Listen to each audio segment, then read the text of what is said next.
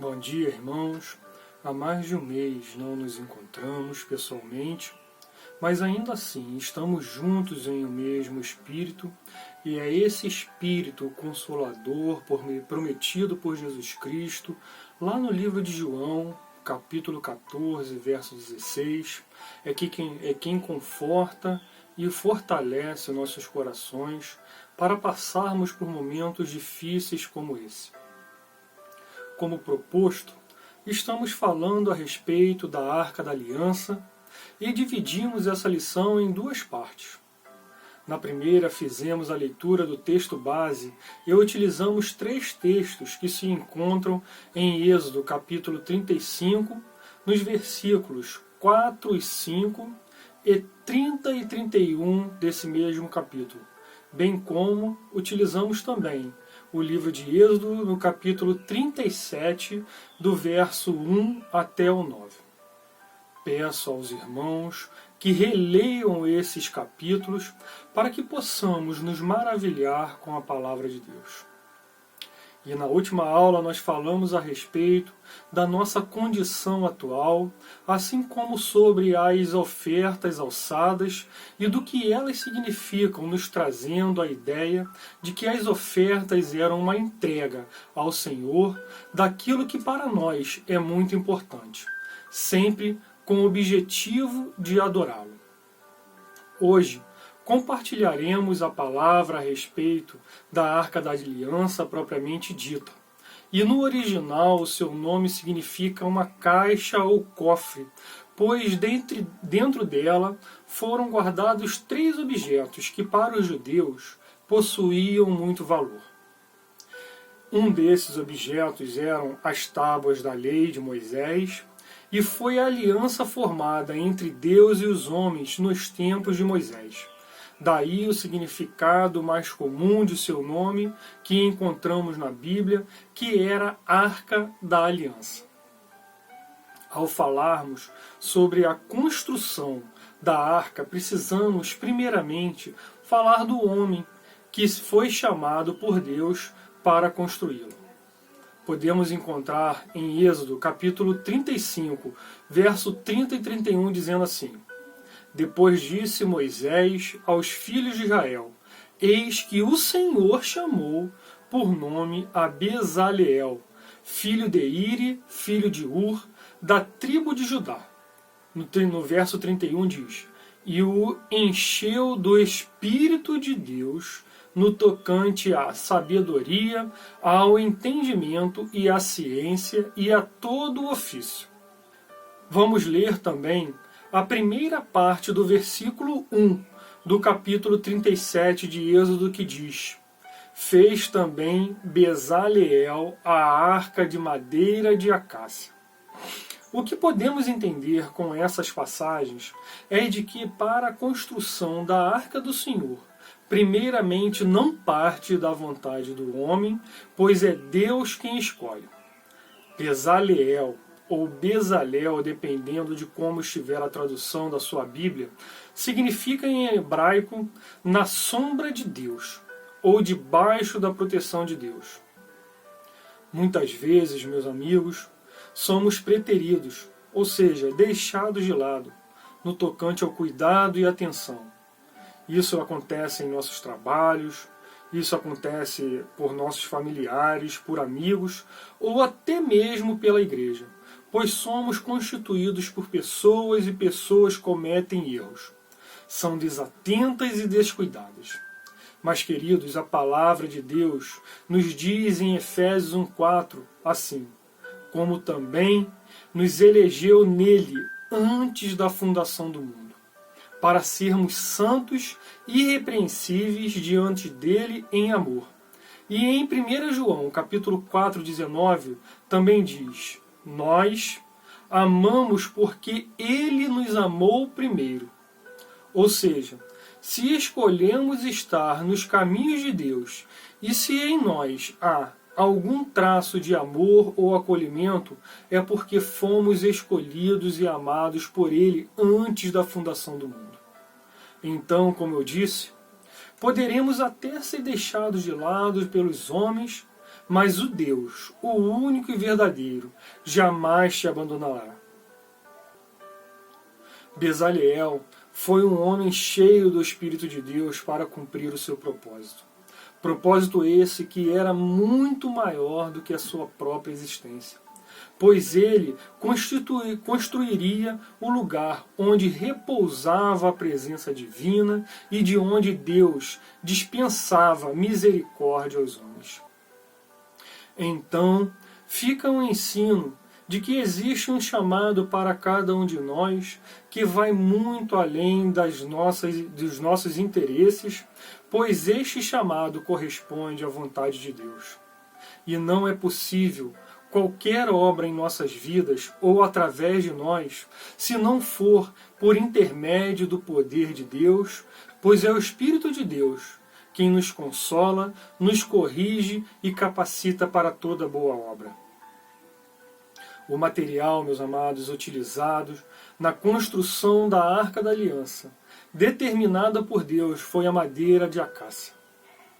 Segundo Champlin, a acácia é a única madeira que se desenvolve bem nas regiões áridas. Então, assim como a acácia, a nossa estrutura precisa se desenvolver mesmo em meio a lugares aremosos, onde aparentemente as dificuldades nos impeçam de crescer espiritualmente. As nossas dificuldades, meus irmãos, não podem ser um pretexto para nos fazer parar.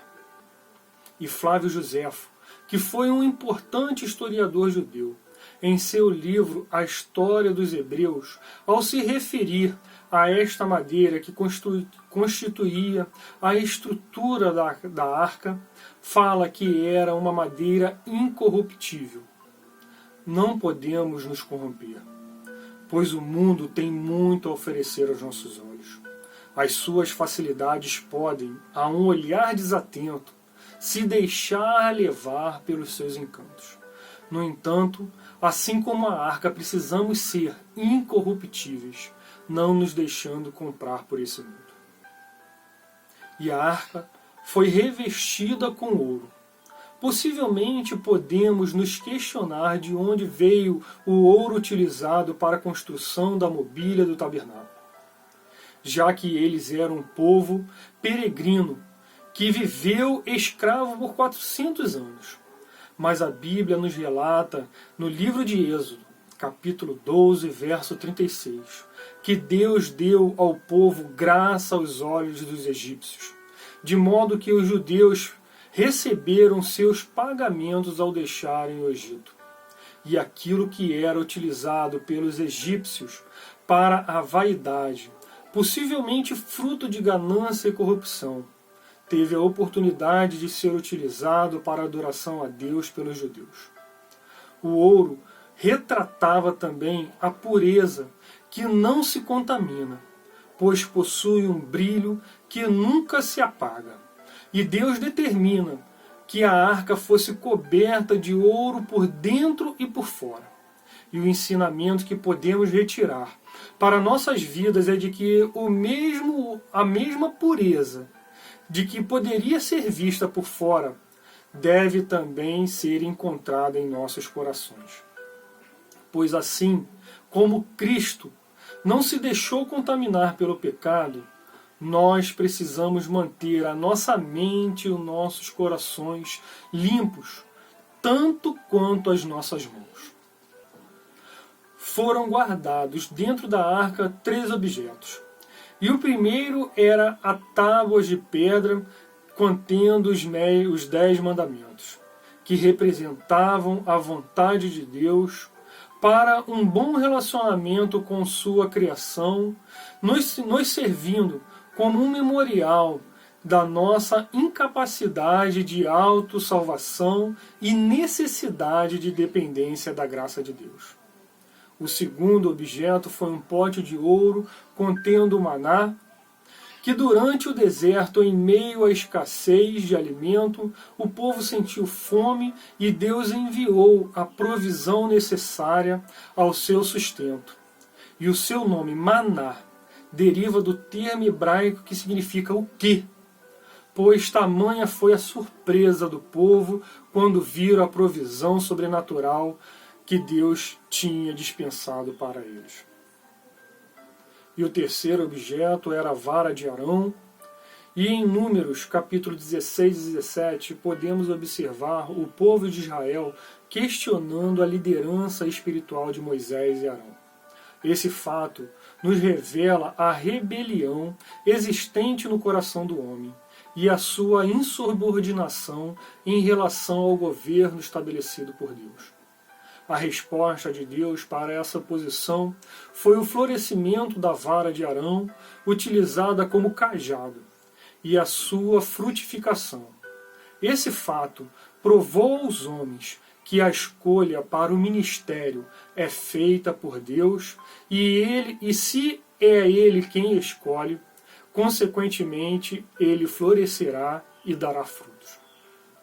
A arca era fechada com uma tampa que recebeu o nome de propiciatório. Ela era toda feita de ouro, com 2 anjos, um de frente para o outro, que estendiam as suas asas, fazendo uma sombra sobre a arca, nos deixando um simbolismo de que o povo de Deus sempre estaria debaixo da sua proteção.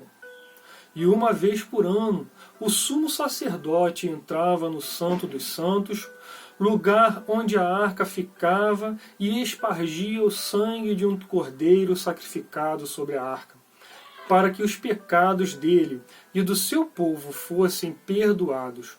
Mas esse sacrifício poderia apenas encobrir os pecados.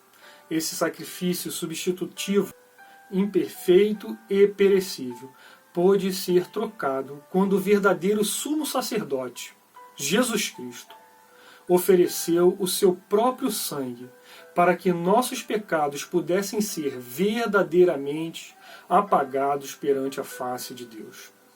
E para concluir, meus amados, hoje, para a construção da Arca de Deus, não é preciso ouro, ele foi transferido por uma vida de santificação. É isso mesmo, a sua vida de santificação pode reluzir em meio ao mundo de trevas, muito além do que o ouro mais puro que existe. Então, coloque a sua vida como oferta a Deus, pois ela é o que você tem de mais precioso, mas traga de forma voluntária como louvor a Deus. Precisamos, meus amados, construir a nossa vida como a arca. Em 2 Coríntios capítulo 5, verso 17, diz assim, que se alguém está em Cristo, nova criatura é. As coisas velhas já passaram, eis que tudo se fez novo. Precisamos então ter uma vida de novidade em Cristo, lavada pelo seu sangue, para que possamos viver de forma incorruptível. Não nos vendemos pelas ofertas que esse mundo tem a nos oferecer. Fazendo assim, guardaremos dentro de nós a palavra de Deus, o seu poder e a sua provisão.